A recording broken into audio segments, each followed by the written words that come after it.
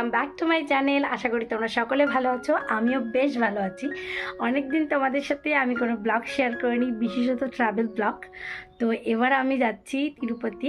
তোমাদের সাথে তিরুপতি সব A to Z সব ভিডিও থাকবে, তোমরা একটু দেখো, আশা করি ভালো লাগবে। আর ভালো লাগলে লাইক শেয়ার কমেন্ট করো, চ্যানেলটা সাবস্ক্রাইব করা না থাকলে অবশ্যই সাবস্ক্রাইব করে পাশে থেকো। আর আগের ট্রাভেল ব্লগগুলোর মতো আমাকে একটু ভালোবাসা দিও, অনেকদিন জানি কোনো ভিডিও আপলোড করিনি, আশা করি ভালো লাগবে। আমাদের এখন গাড়ি বুক করব, কারণ আমরা এখন যাব হাওড়া স্টেশনে। ঘড়িতে বাজে এখন 8:30। এখন না বেরোলে খুব লেট হয়ে যাবে। সো তোমাদের সাথে গিয়ে গাড়িতে গিয়ে কথা হচ্ছে। এখনের মতো টাটা। ক্যাব বুক করা হয়ে গেছিলো, ক্যাবও চলে এসেছিলো, লাগেজপত্র সব কিছু নিয়ে ক্যাবে বসে পড়েছি। তবে এতটাই আমাদের উইকডেসে আমরা গেছিলাম, এতটাই জ্যাম ছিল যে আমাদের হাওড়া স্টেশনে পৌঁছতে বেশ অনেকটা লেট হয়ে গেছে। তোমাদের সাথে হাওড়া স্টেশনে আমি কোনো রকম ভিডিও শেয়ার করতে পারিনি। একেবারে হাওড়া স্টেশনকে টাটা করে ট্রেনে উঠে তোমাদের সাথে আবার কথা বলবো। ট্রেনে উঠে পড়েছি। আমাদের ট্রেনটা ছিল সকাল 10:40-এ, দুরন্ত এক্সপ্রেস। এখন থেকে শুরু হলো 23 ঘন্টা 10 মিনিটের একটা খুব সুন্দর জার্নি। এখানে মাত্র 4টে স্টপেজ, তারপরে আমরা পৌঁছে যাবো রেণিগুন্টা। দেখতে দেখতে চলে গেল কোলাঘাট। চলে এসছে আমাদের সবার জন্য বরাদ্দ করে 2 লিটার জল। আর এই যে জায়গাটা ঠিক এতটা সুন্দর লাগছে, দেখে মনে হচ্ছে না যে একটা মরুভূমিতে চলে এসেছি। খুব সুন্দর। তো ট্রেন আমাদের একদম অন টাইম আছে, জানি না লেট হবে কি না। তো আমাদের এবার চলে এসেছে লাঞ্চ। দুপুরের লাঞ্চে কী ছিল সেই মেনুটা আমি তোমাদের সাথে শেয়ার করছি। যখন আমরা ট্রেনের টিকিট বুকিং করেছিলাম তখনই আমরা লাঞ্চ, ডিনার আর ব্রেকফাস্টটা একসাথে অ্যাড করে নিয়েছিলাম। আমাদের সবগুলোই ছিল ননভেজ আর একটাই ছিল ভেজ। তো ফার্স্টে তোমাদেরকে শেয়ার করি ননভেজে কী ছিল। ফার্স্টে ছিল রাইস, তারপরে ছিল ডাল, ছিল চিকেন, দেন আমাদের সবার জন্য ছিল 2টো করে রুটি আর একটা ম্যাঙ্গো পিকল আর একটা টক দই। এটা ছিল লাঞ্চের জন্য। আর প্রত্যেকটা রান্নায় কিন্তু বেশ ভালো খেতে। রাইসটা ভালো বয়েলড হয়েছে, চিকেনও খুব সুন্দর সেদ্ধ হয়েছে। নর্মাল ট্রেনের খাওয়া নিয়ে আমার কোনো অভিযোগ নেই। একটা স্পুনও দিয়েছিল খাওয়ার জন্য। আর ভেজে সবই ছিল, জাস্ট চিকেনের জায়গায় একটা ভেজ আইটেম ছিল, ব্যাস। আদারওয়াইজ সব সেম ছিল। এখন বাজে ঘড়িতে 4:45। 4:20 ভুবনেশ্বর আসার কথা ছিল, তবে একটু লেটের জন্য আমরা এখন 4:45 এসে পৌঁছেছি ভুবনেশ্বরে। আর এই সময় জানলার বাইরে দিয়ে সিনারিগুলো দেখতে সত্যি অপূর্ব সুন্দর লাগছে। দূর থেকে দেখা যাচ্ছে পাহাড়, কারণ উড়িষ্যার কাছাকাছি যখন আমাদের ট্রেনটা যাচ্ছে তখন কিন্তু অনেক ছোট বড় পাহাড় আমরা কিন্তু দেখতে পাচ্ছি।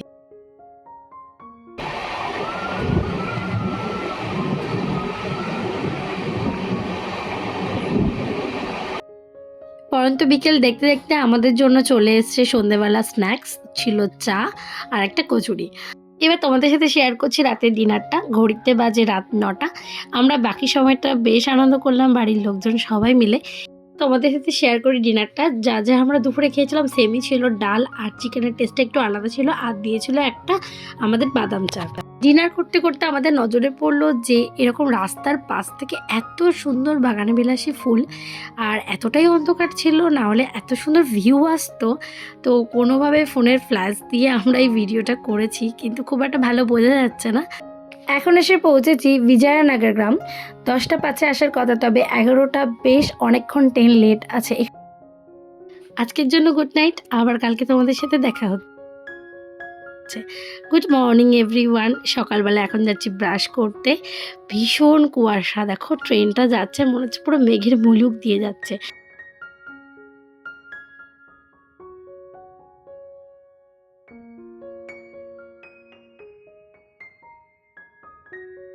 আমাদের ব্রেকফাস্ট চলে এসেছে। ঘড়িতে বাজে সকাল 8টা। ব্রেকফাস্টে কী ছিল সেটা আমি একটু শেয়ার করি। 2টো ব্রেড ছিল উইথ বাটার টোস্ট, অমলেট ছিল, কিছু ভেজিস ছিল, আর ছিল আমাদের জন্য চা।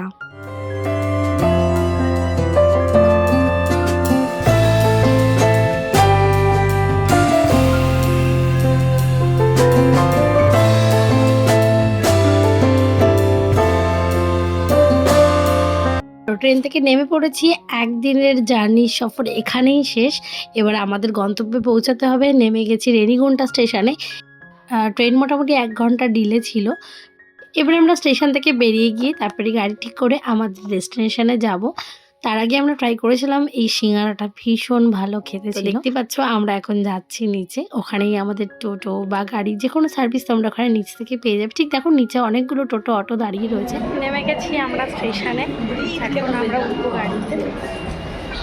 এই জায়গা বিষয়ে একটা কথা বলতেই হবে, এখানে গাড়ি ঠিক করার আগে কিন্তু ভালোভাবে দামাদামি করে গাড়ি ঠিক করবে, কারণ ওনারা অনেক দাম বলে গাড়ির।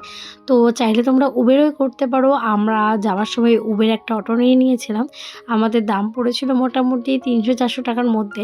এখন আমরা যাচ্ছি তিরুমালা যাওয়ার জন্য যে মেন বাস স্টপ, সেখানে গিয়ে আমরা রুম রেন্টে নিয়ে থাকবো। আমাদের আগের থেকেই রুম বুকিং করা রয়েছে, আর সেই রুমটাও আমি তোমাদের সাথে শেয়ার করব।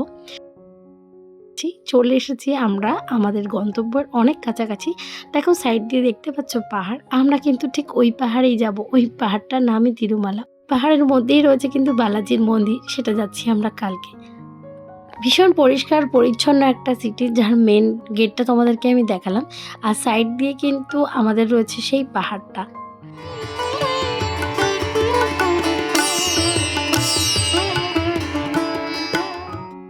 আমরা যে হোটেলটা নিয়েছিলাম একদম রোড সাইডে, জাস্ট ওয়াকিং ডিস্টেন্স 1 মিনিটস।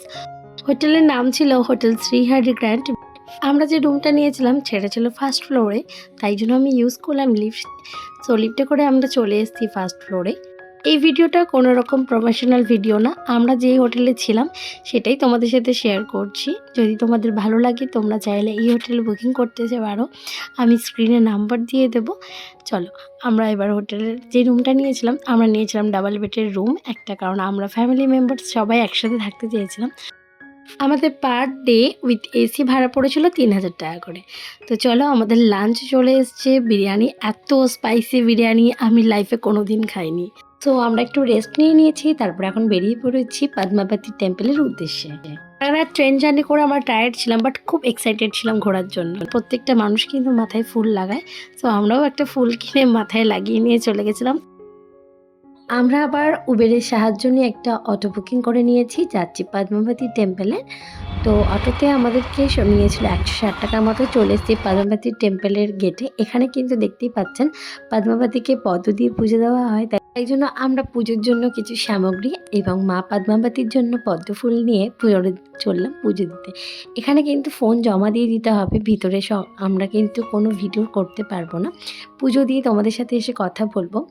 এখানে দেখতেই পাচ্ছ এই মন্দিরটা অনেকটা কিন্তু তিরুপতির বালাজির মন্দিরের আদলে তৈরি। কথিত আছে তিরুপতি দর্শন করার আগে মা পদ্মাবতী টেম্পলে আগে দর্শন করতে হয়, তাই আমরা কালকে যাব তিরুপতি, তার আগেই আজকে এসেছি মা পদ্মাবতী টেম্পলে দর্শন করতে। পদ্মাবতী টেম্পল দর্শন না করে তিরুপতি দর্শন করা একদমই বৃথা। কথিত আছে এই পুষ্করিণীর পদ্ম ফুলের মধ্যে থেকে কিন্তু মা পদ্মাবতীর আবির্ভাব হয়েছিল। এখন হচ্ছে মন্দিরের ভেতরে সন্ধ্যা আরতি, তাই জন্য আমাদের সবাইকে লাইন দিতে হবে। এখন দেবো লাইন, তাই জন্য ফোন জমা দিয়ে দিয়েছি। আমাদের দর্শন করা হয়ে গেছে। এখানে কিন্তু স্পেশাল দর্শনের জন্য 50 টাকা করে একটা টিকিট ছিল, কিন্তু জেনারেল লাইন আর স্পেশাল লাইন দুটোই কিন্তু একটা সময় গিয়ে এক হয়ে যাচ্ছে। উবের বুক করা হয়ে গেছে, চলে আসছে আমাদের অটো। এবার যাবো আমরা হোটেলে।